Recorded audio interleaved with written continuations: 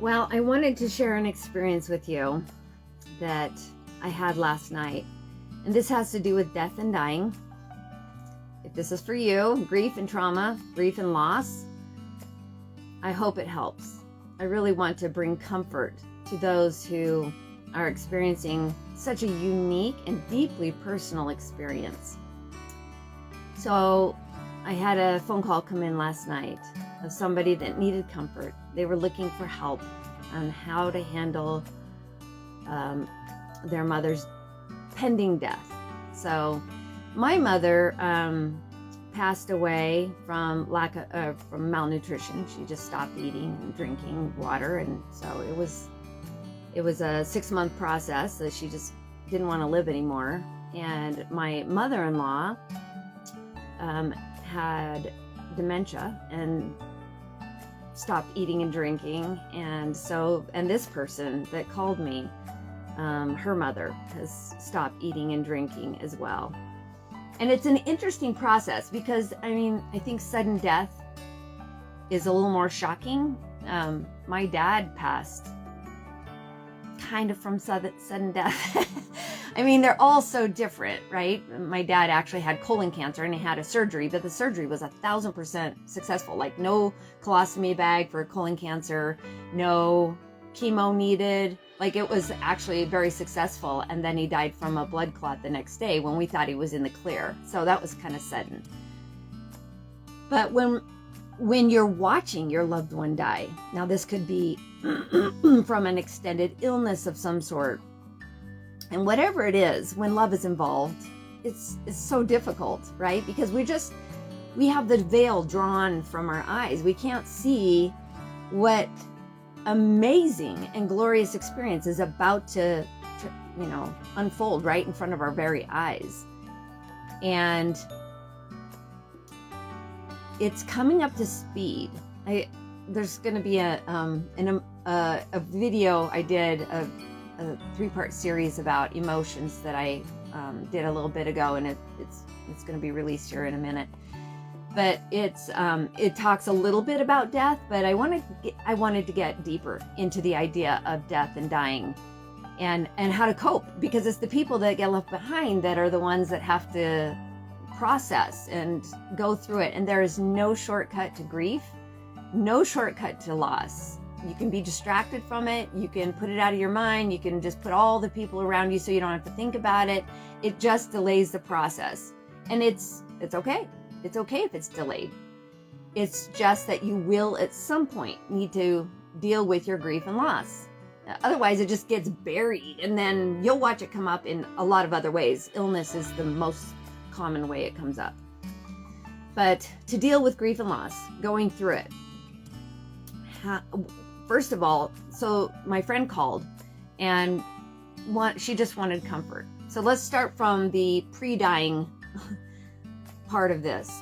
Pre-dying, watching somebody go through it. First of all, there needs to be an acceptance that their process is their process. Her mother is 91, lived a really great, long, active life. In fact, just 2 months ago, she moved into a new place and was just going about, decorating and just making it her space and was loving it. And then her family wasn't really paying attention to the fact that she had just lost 43 pounds. Like there was something else going on, and they were like, oh, she's just losing weight because she's so active and she's happy and she's always been independent. She's always had something to look forward to. She's always been this high energy person. And so there's a shift from somebody that's super independent to going to almost completely 100% dependent. That's a huge change in your mind. So my friend is in her 70s. And so she's just coming up to speed with the fact that her mom's not independent anymore. There's this shift that we have to make in our minds. It's like, well, what was is not always what will be. And we have to separate that, even if it's suddenly. And to this family member, it seemed suddenly because they live in different states. But the people that were living close to the mother weren't really thinking that it was abnormal or unusual or startling in any way for this mother to lose 43 pounds over the course of 3 months. And so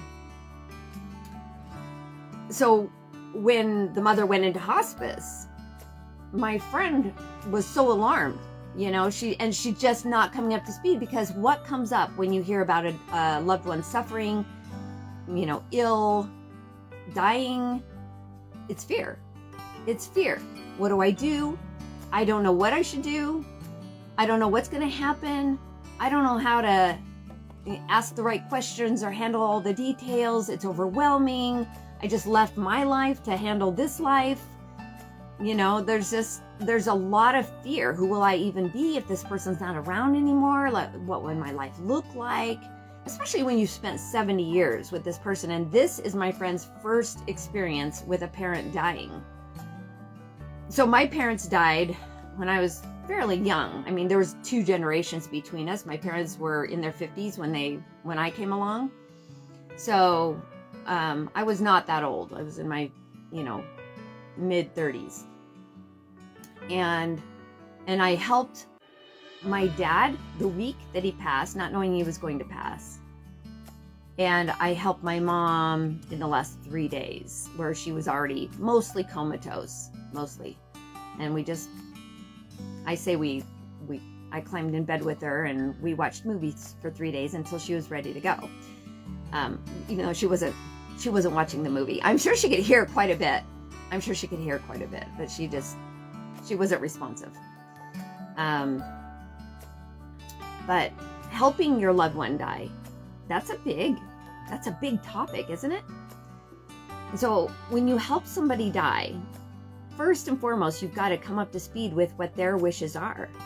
And sometimes we take offense that this person that maybe has a choice, they could eat and they could drink and they could change it. They could have the recommended doctor treatment, but they're refusing it. And it makes us feel bad that they're not choosing to fight to have more life with us, more life experiences with us. So obviously I'm not talking yet about some of the other death scenarios out there that maybe don't have that element to them.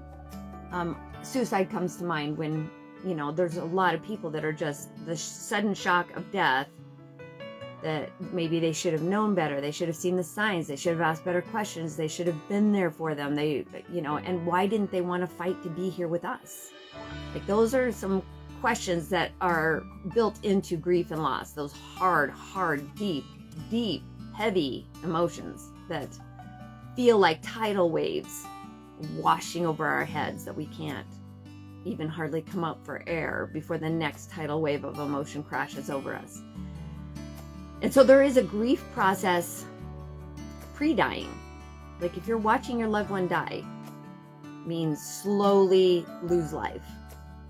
Even if they're fighting to the end, some of those warriors, they can fight to the end, but you can tell that life is leaving their body.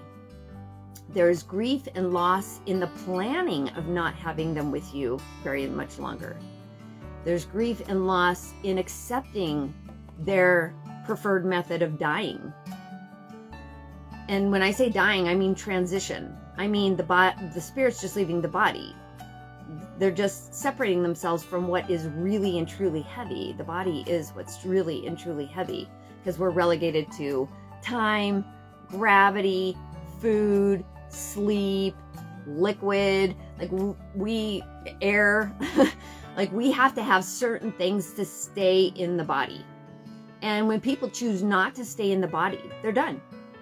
My mom she was very afraid of dying. My mother-in-law was so excited to die. And I don't mean that she was jumping around or anything. I mean, she was peaceful. She was okay with it, and she knew it was her time. And so there was a definite difference, and maybe you can hear this in the experiences that you've had. But there was a difference between my mom, who had wanted to die for 20 years. She just didn't life was so hard for her. She just had so much trauma and unhealed wounds. She just wanted to die. She sat in her rocking chair for better part of 2 decades watching Jeopardy, hoping today was the day, you know. But when it came right down to it, she didn't leave easily. So, but her preferred method was to not take care of herself. My mother-in-law was very different. She was love and light and just peaceful, and it wasn't a lack of care. She had dementia, and food and water were just not interesting. It just wasn't part of the process of her making her transition. So it was very different energy, if you can feel that. And my friend's mother is, I think there was an element of pride in, you know, she was having bouts of diarrhea, and then she just was like, it's food. It's food. Food is the problem. So if I just stop eating food, then the diarrhea stops. That was her method. She wasn't going to go to the doctor because she was too embarrassed that she would have an accident at the doctor's office. So there was some pride there. She just didn't want something bad to happen. That's fear, right? And so she just stopped eating, which was the answer to her. She's like, I'm fine. All is fine. All is well. And so avoidance was her method of dealing with her fear. And when stuff like that happens, it is very difficult to make sense of what's going on. So in this conversation that my friend and I had, I said, first of all, you got to let go of what you want, because she's not going to come back from this. She doesn't want to. I mean, she could if, you know, an IV was forced on her and she was put in a coma so she couldn't pull the IV out. And like we could force life on her and bring her back, because of everything else, she was completely healthy. Or we just honor her. She's lived a long life. She's done everything she ever wanted to do. And she's choosing not to do more. And it's okay. It's okay. And just telling yourself, I am safe, all is well, will kind of take that edge off the fear. It's not going to make the fear go away, because you're still navigating something you've never navigated before. But you can just relax into it and ask yourself, is there really something wrong here? Or am I just having a hard time accepting it? Because nobody gets out of this world alive. That's just like, we're all gonna die. And a lot of times we don't accept death easily. We just don't want it to happen, because it feels scary if we don't know what's on the other side of that transition. For them, we don't want them to go into outer space and be alone and in the dark, but which is not what happens. So my advice to my friend was, just watch. Just be present, because you're not going to get these minutes back. So if you take the worry out of it and the fear out of it, you can actually enjoy this time with your mom. You just hold her hand, talk about all the good times, tell her how many times she really made a difference in your life, you know? And my friend asked me, did you say goodbye to your mom? I was like, kind of, because she's not going anywhere. Like, she'll be more with me because she's not relegated to location after death. She can be with me at the speed of thought. I can call her in and she's right there. She's like, hi, you know, and this has taken practice for me to feel this, because, you know, when someone makes their transition, we're kind of like the blind friend. It's like, oh, I wish you were here. And they're like, we're right here. How about now? Can you hear us, feel us, see us? We're like, oh, okay, I wish you were here. You know, and they are here. I have a lot of friends that have said, I just feel their presence. I don't understand it, but I feel like they're all around me. And it is true. They are, because they're free. They can just come to you at the speed of thought. That's how spirit travels. Faster than the speed of light, the speed of thought. You can be passively thinking about them, and they just randomly come into your mind, and you have a memory, and they're there. They have to be. That's how it works. So I just told my friend, just be present, because worry and fear keeps you absent. You might be there physically, but you're not there spiritually, mentally, emotionally. And that's the goal, is to be present. Don't give up this. Don't give in to worry and fear, because if there's nothing to be done, there's nothing to be done. It's gonna be all right. So the only fear that tends to stay with us is, I should have known better, I should have done more. When my mom was passing, she wasn't on any kind of life support. She just wasn't eating and wasn't drinking. And she did have oxygen on for the 3 days that I was there and the 2 days prior to me getting to her side. But she is so dehydrated that she was just breathing on reflex. There was no deep breaths or, rhythm. It sounded like, if you've ever heard a breathing machine in the hospital when somebody's on life support, it sounded just like that. It sounded like she was on an iron lung. And that mechanical breathing was just the lack of life in her. So, after a while, I asked the nurse, I was like, what should we expect here? I mean, why is she hanging on? She's like this many days without food, this many days without water. They say you should be dead by now, and the nurse says, just watch the modeling, that their hands turn purple and very, very veiny just right before death. And so I didn't really say goodbye to my mom. In fact, I don't say goodbye to anybody. I just say, see you later, talk to you later. Because I just feel like we're all so connected that nothing is final. It's just going to be a little bit later that we meet again, whether that's in heaven or, in the spirit world or here on earth. I just don't feel like there's that time and space between, like, most of my friends and I will pick up where we left off. There's no formality to uniting again. It's just open-heartedness and, tell me all about what's going on in your life kind of thing. So I don't say goodbye to anybody. So that was an interesting question because goodbye just feels so final. But that's just me. You handle it your way. Because I think she really wanted to just say goodbye to her mom. And I was like, well, lucky you've got that time because her mom's still lucid, right? She's still functioning mentally. I don't know how, but she is. And then the next thing I said was just watch, because when your loved one makes a transition, there is a very different look about the body with the spirit still in it than there is about a body that has no spirit in it. So when my mom passed, it was kind of like she had a breath and then she, like 3 minutes would pass. I was like, okay, I guess that's it. And then she would gasp for another breath. And then 4 minutes would go by. I'm like, okay, I think that's it. And she would gasp for another. And it was like, okay. So this reflex, like there's, if there's brain damage, somebody will posture with their body. It's just a reflex. So that's what was happening, even though I'd never witnessed it before and I wasn't sure. And on the last gasp, a big tear rolled out of her eye. And I was like, is that emotion? Is it a reflex? Like, what's happening? And I think the body was just responding to that dying, that letting go process. But we were talking to her the whole time. We were like, it's okay to go, Mom. You're going to be with Dad again.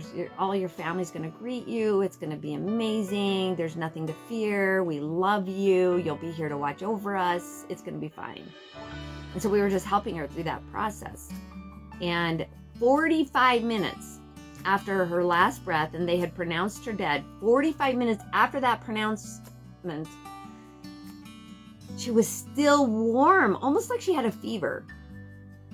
No air being taken in. By all intents and purposes, I thought that's what death looked like. And, but she was warm and pliable, like rigor mortis, like she wasn't getting stiff. And so I was just still holding her hand and, interlacing my hand with hers and, telling her her fingernails were very important to her. I did not inherit that. Your nails look so pretty. We're just going to cut your hair and just make it so lovely for the funeral. And you're just going to look beautiful and everybody's going to come and say goodbye. So I hope you're there sharing your love with them. And I was just talking to her the whole time because I really didn't feel like she had gone. Now, the interesting thing is she was such a private person. She didn't do anything in front of anybody ever. And so it dawned on me after about 45 minutes of me like, "Hey, Mom," or "What are we doing here?" I said, "You know what? I'm going to go take a shower." And so I could just give her privacy. I went and took a shower. And when I came back, she was definitely gone. She had left her body, and she just needed that privacy before she would go. And her body was cold. It was cold and getting stiff. And so, and her facial expression, even though she was super emaciated, her facial expression was completely different than when the spirit was in her body, even though I thought she looked like she had already passed. So there's a difference. There's a difference between a body with a spirit and a body without a spirit. So just watch. And that's what I told my friend. I was like, just be with her. This is a very spiritual experience you'll never get twice. Just be with her. Just help her. Just love her. Just send all the beams of light and love and everything you've got, because it'll be such a spiritual experience. And the more calm you are, the more you'll feel that specialness of the time you're spending together still, because your spirit can communicate with other spirits, just so you know. And we do that through usually a warm feeling, a knowingness that they're around us, so that you can feel the essence of them around us. So those were the things that I was really talking to her about. And she said, that just brings me so much comfort that I don't have to know what to do to help her. And my friend is in the medical field, right? So the fact that her mom didn't ask her about the diarrhea or how to help her or how to manage this was a little hard for my friend to take. That she's like, I could have helped her. I could have ordered some tests. I could have, talked to her doctor. I could have consulted something, but she didn't even include me. And I was like, you have to honor that and respect her wishes of how she wants to die, how she wants to pass, how she wants to end a really great life, even though she had a lot of challenges and hardships, every life with mistakes and all has been a great life, because we're here for the challenge. We're here for the trials. We're here to figure out our weaknesses and make them strengths. So I said, don't take on any pain. She's not suffering. She's lucid. I said, is she crying out? She said, no, she's just having conversations with us. I was like, then that's just your fear telling you that she's suffering because she's emaciated. She's not suffering. She's actually probably enjoying the process in some very subconscious way. And you can be with her on that and not trying to manage it, not trying to control it. She's controlling it, and it's okay. People are allowed to control their lives if they want to. But, and I say that because my mother controlled everything, and my mother-in-law didn't control anything. She just let go and let things be. So there's a difference, and you're not going to change somebody in their, hours of death. So just,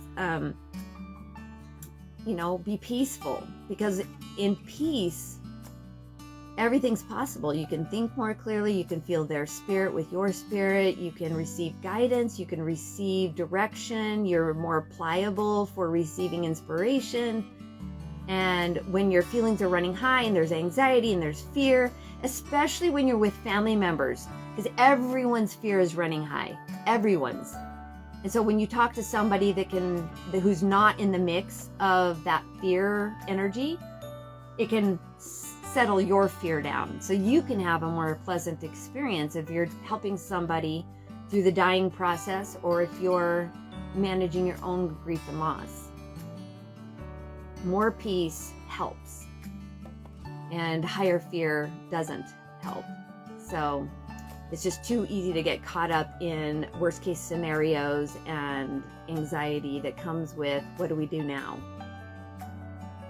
So I also have friends who have dealt with incredible losses, sudden by suicide, and also sudden in that they did not consider that failure to be an option, meaning they were going to fix the disease, they were going to cure it, they were going to go all around the globe and cure it, and they would not consider death because it would mean it would just be negative thinking, right? They didn't want to manifest the worst case scenario. So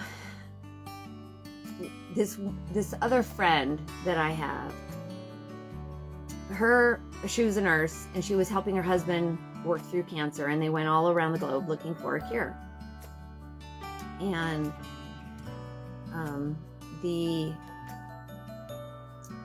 she just was a very strong, bright individual, and she was not going to consider death. She just couldn't picture death, a life without her husband and her children's father. And then it came right down to it, and he passed. And the grief hit her because it was sudden. It was the first time she considered he was going to die was when he died. And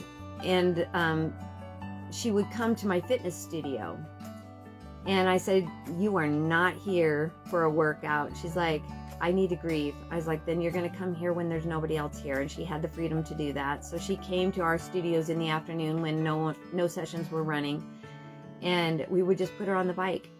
And that's one of the places that I learned the most about grief and loss from the surviving. And that there's anger, deep sadness, disappointment, shock. Oh gosh, there's a million emotions that go with grief and loss, right? And even despair. And so you could see all of it like a tidal wave just wash over her, and the grief and loss that would come across her face as she's just on the bike, pedaling out the anger, the shock, mad at God, bewilderment about the current circumstances and what's she going to do, what are her children going to do, how's she going to help her children through this process, how's she going to help herself through the process. And you just see like the waves of grief would just wash over her, and the tears would just roll, and the sobbing, and and we were guiding her through that whole process. It was almost like birth, where the waves of labor and the pain, it would just wash over you and then subside. It's just like the ocean, you get these rolling waves, and then you get a crasher, and then you get these rolling waves, and then you get a crasher. She was literally birthing a new life after death.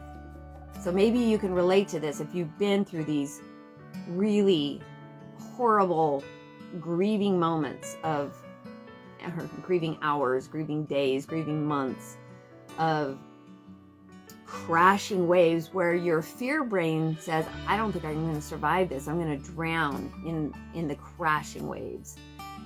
And that it's not safe to be that sad. It's not safe to feel that much despair. And I just want you to know what I learned from my friend in the fitness studio is that if you deal with your grief immediately and work through it quickly, and when I say quickly, I mean just deal with it every day, allow the grief, the sadness, everything, all the emotions, allow it to roll through you, allow the big crashing waves to crash. Like if you're at the ocean and you're watching the big crashing wave crash, they don't crash forever. The storm passes, they go back to a medium roll, then they go to that, rolling roll, and then they just go back to ebbing and flowing. The tide is in, the tide is out. That's how grief works. And these crashing waves don't last forever, but if you let them crash, if you don't block the crashing because of fear that it's just not safe to be that sad, just know that when waves crash, they crash and then they go like this before they come back out to gain momentum, and then they crash again. So you know that you can come up for air in those moments, those lulls in between the crashing. And just come up and take a breath, and then watch the next sob wave as you just have to sob it out, and let the sobs come, let the weeping, wailing, and gnashing of teeth, just let it come out of you. if it comes out of you, you can be done with it. It'll just be out there, not in here. In here, it's worse. It just lasts forever. So let it out. Let it out. If you need to go to a quiet room, if you need to tune out the world for 3 months, if you need to stop answering the phone and all the people that want to offer their love and support, just, it's your life. You get to handle grief the way you want to. Just let the waves come through. Because as my friend came back to the studio every day to process these emotions, because she wasn't processing around her kids. She wasn't letting them see the crashing waves of grief and sorrow. She was emotionally holding space for their emotions. So it was not about her when she was helping them deal with their emotions, right? So then she would come in the afternoon and just let it out. Just get on the bike, get the heart rate up, get the body moving, so that the waves would start moving also. And they would just wash over her. And little by little, week after week, we noticed the waves, and the look on her face was less intense and less intense. That didn't mean it stopped suddenly. It's just less intense. And it was about, I would say she processed in about 2 to 3 months. It's been a long time now, so I'm not exactly sure, because we were there with her every day and just supporting her and encouraging her to let it out bigger, let it out stronger. Just, because we were in an isolated area, like scream, just let it out, just get the yucky out of you. And it was all the, I didn't help him, I couldn't find the answer, the helplessness of a loved one dying suddenly, and suicide's in that category. The helplessness of not being able to do something after the fact, not being able to do something before the fact, not being able to address it or confront it or see it head on, or whatever it was, whatever your story you're telling yourself about what you wish you could have done, that's after the fact, that's helplessness and it's powerlessness, and just scream it out. Just get it out of there, because it's not helping. It's not for you. It's not who you are. It's not your future life, right? You don't need to carry that into your future life. And so little by little, she was finding ease in her pain, that there was some peace in her pain. And peace is not the absence of conflict. Peace is just an increase of love. Love for herself, she did the best she could. Love for her partner, he's in a better place now. Love for her boys, that they would find a way through this and she would be there every step of the way. Love that they had a strong, healthy mom. Just all the love of processing a new reality from the one they imagined for themselves. And so she found more peace and more ease in letting the waves come and go, and the waves ended up just those medium rolls, and then just, light rolls, and then the ebb and flow is when she went on with her life. We didn't see her again. In fact, she found love pretty quickly, because she wasn't carrying this grief, and so she didn't take grief into another relationship where she was like, I need you to comfort me. I need somebody in my life who will comfort me. She found a way to comfort herself through processing that grief and that loss. And so that was just super important for her to do that. And it turned her life around. It didn't mean she didn't miss her husband. It didn't mean she didn't love her husband. It just meant that she was ready to open her life, her heart. You have to unblock your heart. There's so much locked up in your heart after a sudden, shocking death. And maybe even just, watching your loved one die and having felt that helplessness and that change that leaves you powerless. But she opened up her heart, and she's like, I have a lot of love to give, and I have a lot of love to receive, and my heart is ready for it. It was about a year. And then she found love, and she just lives a beautiful life, because that was her intention, to create a beautiful life for her boys and to live a life that she knew would be congruent with the life she started with her husband, the first husband. And so she moved on with her life, and not moved on past him, moved on with him and the newness of her reality and what she opened herself up to receive. and they are living a very happy life together, and our boys grew up and graduated and are doing very well in the world. But the process of grief and loss is so personal, and it's what we think about what happened, or what we think about what we were responsible for, that keeps us stuck if we don't know how to handle that. If we can't find the truer statement that's more aligned with facts and less stuck in negative energy of, the helplessness, the grief, the loss, the despair, the shock, the awe, the disappointment, all of those things. Those are emotions that create the aftermath of what we now call trauma.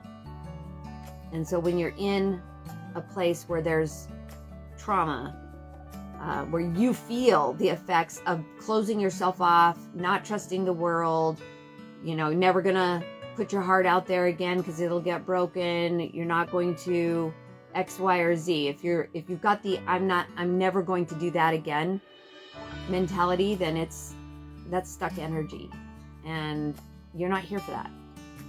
You're here for open heart, open mind, accepting of what is, being present in the moment, because that's where you can process. You can't process in the past, you can't process in the future. You can only process right now.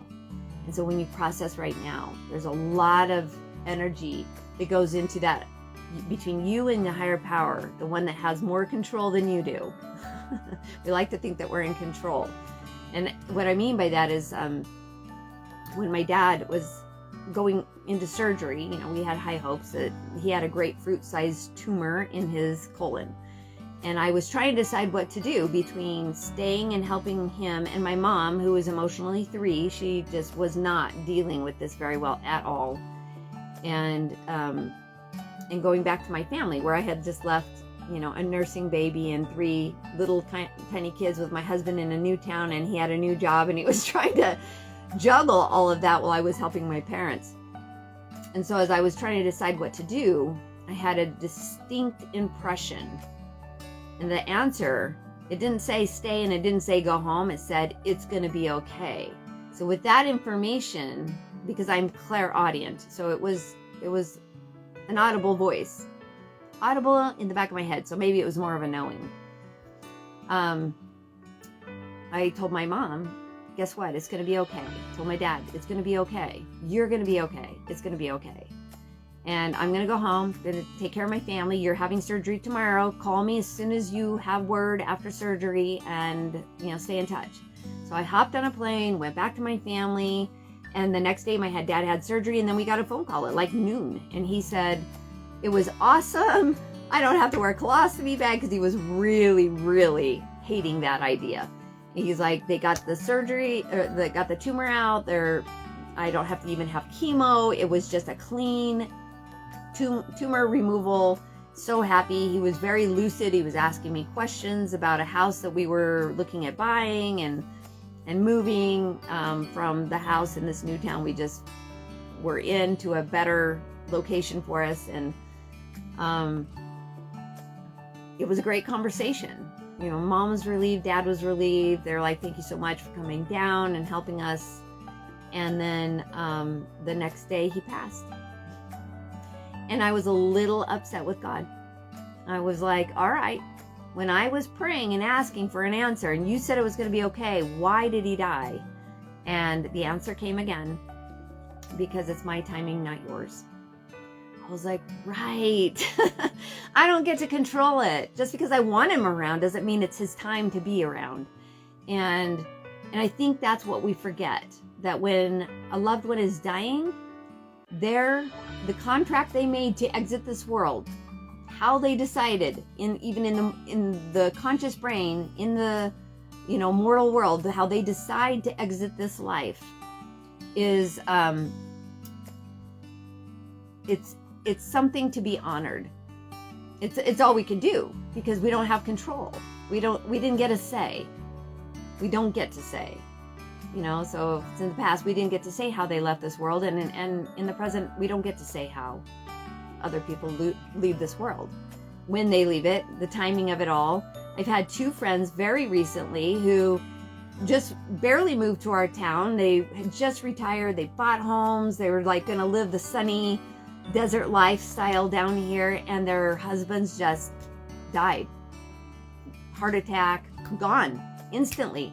And their lives completely changed in a brand new town, away from family, and the shock and awe of that. You know, we just don't get to choose the timing. You know, and it can be startling, shocking to our nervous system, which then goes into fight or flight. We're not safe. We don't know what to do with this situation, where all the paperwork and the aftermath of you know, a spouse passing away, especially if they've been the majority caretaker of all the family finances and information and that sort of thing. If you're, you know, not sure where to find all the paperwork or the files that you need handy to prove, you know, to process a person's death, it can just be so overwhelming. And so that process is very, very individual, and the shock and awe of it all takes time because your nervous system is just, it's on fire. You know, some people can't sleep, and some people, it's all they can do is sleep. They can't function. And grief requires rest. It's one of the most exhausting emotions is grief and loss. So lots of sleep. If you feel like you just can't get out of bed, don't get out of bed, because there's a difference between going into a depression where you're gonna die, you know, you don't want to live anymore. There is an essence of that in grief and loss, but just hold on, because it's not gonna always be that bad. It's not. And so sleeping is not a depression. And so sometimes our fear brain gets all up, is like, oh, what if I'm depressed and I can never get out of bed? What if I can never be happy again? What if I can't function in life? That's just fear brain. That's not what's on its way. What's on its way is healing, health. Your dreams will come back to you. Your desires, your hopes, your wishes will come back to you, and you will come back to life. But just give it time. I really haven't seen anybody process grief under 1 year. It's not fast. It's just not fast. I mean, you spend a lifetime with these people. You think it's going to be done that quick? No, probably not. You know, when my mom passed, I was expecting it for 20 years. Like I was like, how about now? You know, you're still here. She lived a long time after my dad, like 11 years after my dad had passed. So she was, you know, she just disintegrated into a helpless child after he passed, because she leaned on him for everything. And, you know, when my mom passed, but I didn't know I would actually grieve her loss, because I didn't lean on her for a relationship. You know, she wasn't that kind of a mom. She wasn't the kind of mom that I could trust with good advice or to have my best interest in mind or anything like that. It just wasn't our relationship. And so it was more me. I was her parent as I got older and she got younger in her old age. I was more her parent. But even then, in that role reversal, it was almost like the loss of a child. And I didn't realize that that's what it was going to feel like or look like to me. And so it was shortly thereafter, I was like, okay, she's finally in a better place. I know she's with dad again. I know they're super happy together. She always said that they were two peas in a pod, even though they fought like cats and dogs. I knew she was good. It's just that being a mortal, we have emotions, and we do need to do something with those emotions, or they get trapped and it's stuck energy, and it shows up as illness. And it wasn't, I don't know, 4 months after that my health crashed. I had to let my entire business go. I couldn't function. I had like about 2 hours of energy every day. I had to go rehab my gut. I wasn't processing any food. I was on pure liquids for 3 months. I didn't know what I was experiencing. And it was grief and loss. And it wasn't just grief and loss of my mom, but it was literally letting everything go that I had ever experienced up until her death. It was my childhood. It was trying to be a new mother without a mother to guide me or give me advice or help me out. The grief and loss went all the way back, 35 years of my life or more. It's like 38 years of my life. I was grieving and losing 38 years of my life, and all the decisions I ever made from, a child of a codependent family dynamic, so grief and loss isn't necessarily just about that moment someone passes. Grief and loss, if there's more unhealed wounds, which I didn't know anything about trapped emotions at the time. I had no idea what was going on, but literally my entire life was dismantled. My marriage ended, my health crashed, like I had to start over in business, everything. I was on my own. It was a traumatic experience all in of itself, and the grief and the loss, it was probably 8 years of recovery. But that's why I can say it won't last forever. Occasionally I'll get a pang about something that's still kind of hanging on, and I have to just process that emotion. But it took me about 8 years to process all of the grief and loss that came at the moment my mother passed, even though I was totally peaceful about her passing and helping her pass, and I felt really good about how we worked through it, and just, but it was 8 years. 8 years for me. So don't rush your pain, but do address it. Do address it. If there's anything I can do to help you, please let me know, because I've stood in your shoes on some level, really, and working through grief and loss so that you're not in pain for the rest of your life.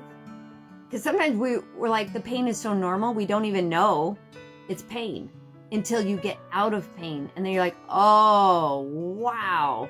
The freedom from that pain, carrying those people's emotions for that kind of regret and that kind of guilt and shame and like all the things that came with one big event in your life. Yeah, there's no need to carry that around. You don't know how bad you're hurting until you're not hurting anymore. And then you're like, oh, okay, now I understand. So yeah, just journal tons about your experience in grief and loss. When the emotions come up, do not stifle them. Let them out. Pound a pillow, scream into a pillow, yell, holler, throw an absolute tantrum, get on the floor, kick and scream, whatever it takes to get the anger out, because sadness is right underneath. Anger is just loud sadness. And so then you can process those really deep and close to the heart type of emotions, and you'll be free, and you can move on, open heart, ready to experience your future hopes and dreams. Okay? Thanks for watching.